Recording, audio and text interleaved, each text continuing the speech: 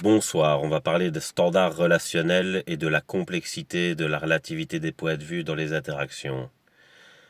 La relativité, qu'a-t-elle à voir avec le relationnel? Ça a la même racine étymologique.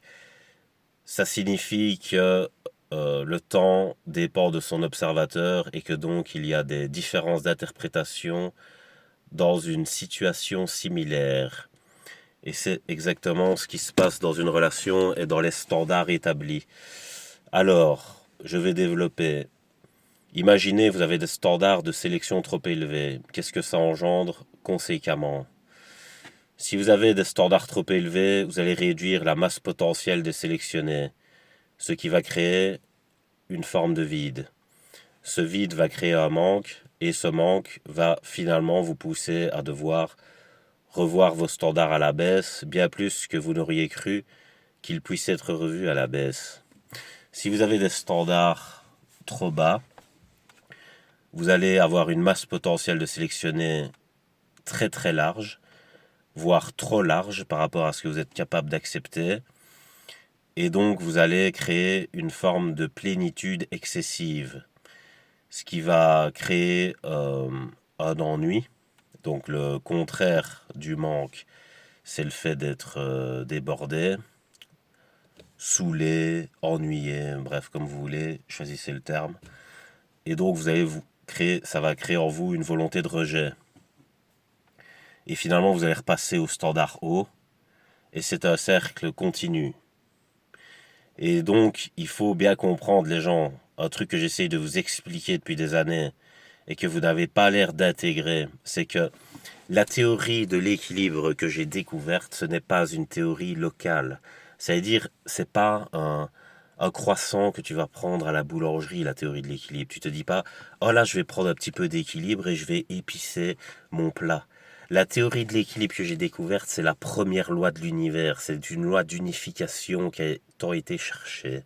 C'est ça que j'ai découvert. Donc, c'est partout. Et c'est même dans le relationnel. Ici, encore une fois, vous voyez que c'est une question d'équilibre parce que quand vous avez des standards trop élevés, vous finissez par vous perdre. Si vous avez des standards trop bas, vous finissez par vous perdre aussi. Donc, le principal dans les standards relationnels, c'est de s'adapter aussi. C'est très important parce que vous êtes dans une situation spatio-temporelle spécifique et vous devez la connaître pour savoir quel comportement adopter pour avoir le choix. Et ensuite, quand vous avez compris ça, vous devez aussi pas vous égarer et maintenir bien l'équilibre entre vous-même et les portes ouvertes vers l'extérieur pour avoir l'optimisation d'une relation que vous pourriez avoir. Et les gens ne réfléchissent plus comme ça aujourd'hui, tu vois. Aujourd'hui, les gens, ils veulent à tout prix l'abondance. On vous parle de ça sur Internet. On vous dit, voilà, tu as l'abondance, oui, mais vous savez que, justement, par rapport à la théorie de l'équilibre, avoir trop le choix, c'est aussi néfaste que de ne pas l'avoir. Parce qu'en fait, quand tu as trop le choix, tu vas faire beaucoup de mauvais choix, tu vois. Alors que si tu as un nombre de choix raisonnable, dans les probabilités, tu as beaucoup plus de chances de tomber sur ce qu'il te faut, tu vois, mathématiquement, que si tu as beaucoup trop le choix ou si tu l'as pas du tout. Tu vois. Si tu l'as pas du tout, évidemment que tu n'auras aucune chance de tomber sur ce qu'il te faut vu que tu peux pas de base, tu vois. Sauf si tu transgresses la notion de non-choix. Mais si tu as trop le choix, ça fait un effet néfaste aussi. Et ça, les gens, ils oublient. Donc, on te parle tout le temps d'abondance. Non, non, l'abondance, c'est pas génial. Tu vois, parce qu'en plus, si tu es dans une situation d'abondance, ça veut dire que tu as vu tes standards personnels à la baisse, mais vraiment à un niveau qui fait que tu as complètement jeté ce qu'on appelle la notion de qualité de ton vocabulaire. Tu vois, ça veut dire pour toi la qualité n'existe pas. Tu vois. Or, une relation n'est pas vivifiante entre guillemets que par sa multiplication. Elle est vivifiante par sa qualité. On appelle ça aussi la densité en science. C'est-à-dire que tu peux avoir quelque chose qui paraît petit et qui est très dense et qui contient beaucoup plus d'énergie que quelque chose qui est très grand et qui est très éparpillé. Par exemple, on voit ça avec les trous noirs. Vous voyez, un trou noir de la taille d'un ballon de basket, il fait le poids de la Terre, d'accord? Donc la Terre est beaucoup plus éparpillée au niveau particulaire et contient euh, autant d'énergie qu'un trou noir de la taille d'un ballon de basket. Vous comprenez la densité, on voit ça avec la différence entre le métal et l'air. Le métal a une densité particulière qui est beaucoup plus élevée que l'air. Vous voyez? C'est d'ailleurs pour ça qu'on utilise tout le temps l'expression le vent, tu vois, genre se prendre des vents, mettre des vents, des trucs comme ça, parce que c'est de l'antidensité, si vous voulez. Et donc, mais chaque fois, les gens, ils comprennent pas en fait une relation, et c'est pour ça aussi que je fais cette vidéo. Il y a un extrême appelle toujours l'autre, et quand on reste dans les extrêmes, c'est destructif. Vous voyez? Donc c'est l'équilibre qui permet de vivifier et de maintenir, et quand on sort de ce schéma, et ben c'est là que tout devient destructif. Par exemple, sur Internet, on va vous dire, on voit beaucoup maintenant les évitants contre les collants, les trucs, enfin tu vois. Et en fait, ça sert à rien de faire ça. Parce qu'en fait, on peut chacun, à un moment de notre vie, être l'un ou l'autre. Tu vois. À un moment de ta vie, tu peux avoir des standards très élevés et donc du coup, côtoyer pas grand monde, hein, parce que plus tu as des standards élevés, moins tu côtoies de gens. C'est ce que j'explique avec la sélection. Et donc du coup, bah, tu vas finir par avoir du manque et donc ça va faire que tu vas revoir tes standards à la baisse et tu vas recréer de l'abondance. Mais tu perds en qualité, pas oublier, tu vois. Ensuite, tu vas avoir une période de ta vie peut-être où tu vas être avec des critères très bas, tu vas être dans une surabondance, mais tu vas voir que la qualité est tellement pourrie que ça va te dégoûter et tu vas vouloir retourner vers plus de qualité, moins d'abondance, tu vois.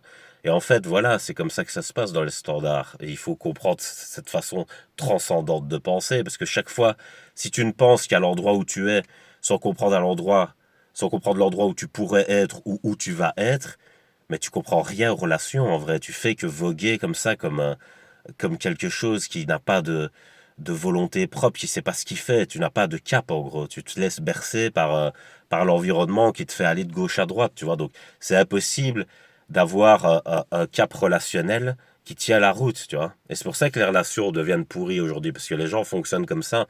Tu vois, ils comprennent pas, par exemple, ils vont avoir en face d'eux, les gens, une personne collante, ils vont dire, oh là là, elle est collante, elle m'ennuie, blabla et tout. Tu vois? Parce qu'ils savent pas se mettre en situation scientifiquement que eux pourraient être collants aussi dans la même situation, tu vois? Et que c'est objectif, c'est pas un truc qui arrive que subjectivement, tu vois? Et pareil avec l'évitement, tu vois? Il y a des gens, ils vont dire, oh là là, l'autre évite, c'est pas bien, je sais pas quoi.